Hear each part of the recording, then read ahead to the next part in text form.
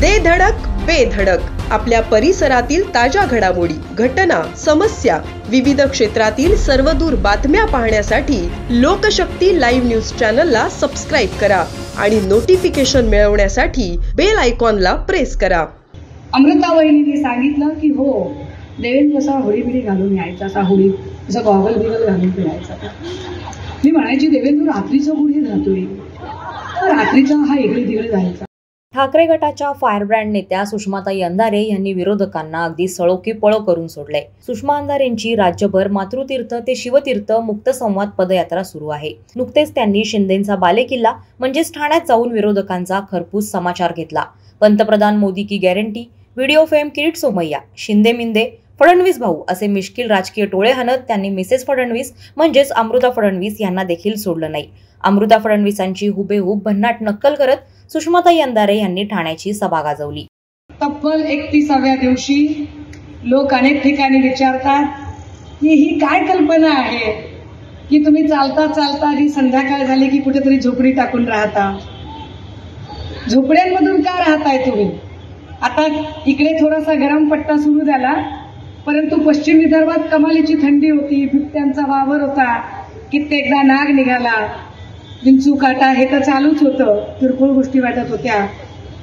त्या दिवशी कुणीतरी माध्यमांनी बातमी केली माकड सभेमध्ये आल्याचं. म्हटलं माकडाची भीती वाटते का? अहो, एवढे माकड चाळे करणारी लोक आजूबाजूला असल्यावर काय माकडांचा विचार करायचा म्हटलं. तर हे सगळं का केलं त्याचं एक कारण सांगितलं पाहिजे.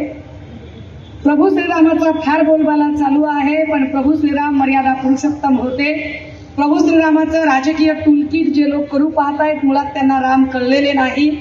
राम त्यांना कळले असते तर कदाचित रामाचा मर्यादा पुरुषोत्तम गुण त्यांना कळला असता. राम मर्यादा पुरुषोत्तम होते, पण भाजपच्या आणि शिंदे साहेबांच्या एकूण भाटगिरी करणाऱ्या भक्तुल्यांनी मर्यादा नावाची कुठलीही गोष्ट शिल्लक ठेवलेली नाही. सगळ्या मर्यादा त्यांनी ओलांडलेल्या आहेत. प्रभू श्रीराम एकवचनी, एकपत्नी, एकबाणी होते.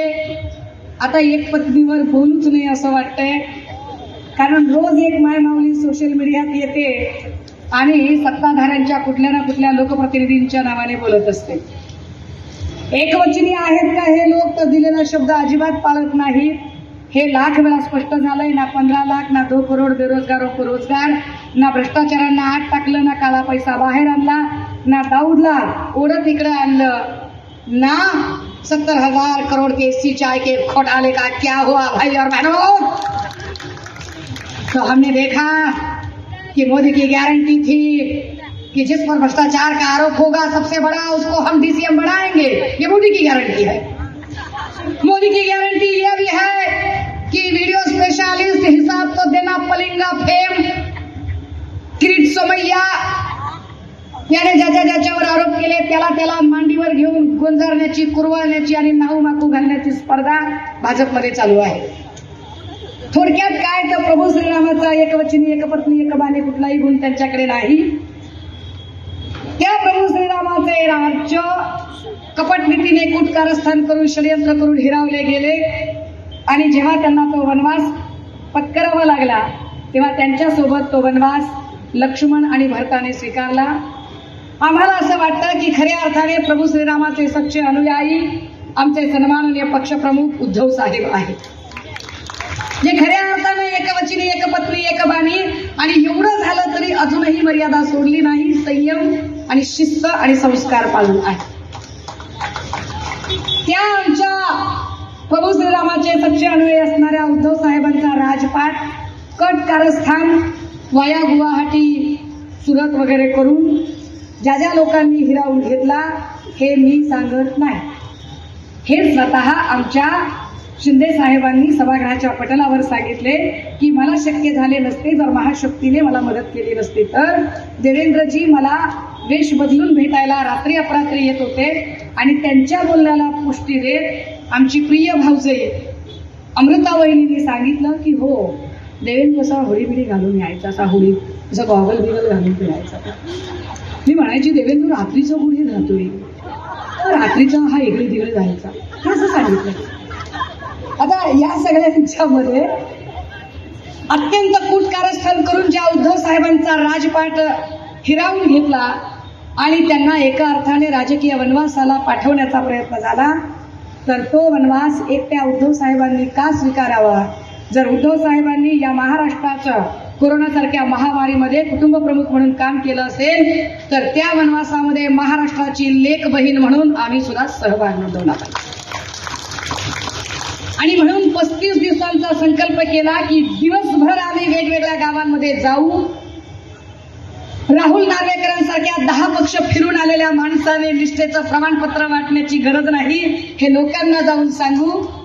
आणि जिथे अंधार पडेल तिथे आमची झोपडी टाकून राहू, आमचं अन्न आम्ही बनवून खाऊ. इथं माझ्यासोबत जी टीम आहे त्याच्यामध्ये एक तालुका प्रमुख आहेत बालासाहेब शेप नावाचे, जे अत्यंत प्रेमळपणाने आणि आईच्या मायेने आमच्यासाठी जेवण बनवून आम्हाला खाऊ घातलं. तेच एकटे नाही तर त्यांचा मुलगा ऋषिकेश शेप, जो इथिकल हॅकर्स इंजिनियर आहे, त्याने 35 दिवस उद्धव साहेबांच्यासाठी सगळा अभ्यास सोडून आमच्यासोबत वेळ दिला. इथे जयेश वाणी सारखा एक निष्णात वकील आहे, ज्याने 35 दिवस वकिली आणि रोजीरोटी सोडून आमच्यासोबत वेळ दिला. इथे शंकर मेटकरी सारखा एक सोलापूर सांगोल्याहून आलेला आमचा निष्ठावंत भाऊ आहे, उद्धव साहेब जोपर्यंत मुख्यमंत्री होत नाही तोपर्यंत पायात चप्पल घालणार नाही म्हणणारा. इथे आमच्यासोबत साताऱ्याहून आलेले महेश पाटील आहेत, ज्या महेश पाटलांनी सामनाचा पहिल्या दिवसापासून ते आतापर्यंतचे सगळे अंक जपले आणि एवढे अंक ठेवायला जागा नाही म्हणून किरायाने एक वेगळा गाळा घेतला आणि गाळ्याचं भाडं देणं होत नाही म्हणून एक्स्ट्रा काम आणि एक्स्ट्रा कष्ट करायला सुरुवात केली. निष्ठावान माणसं काय असतात.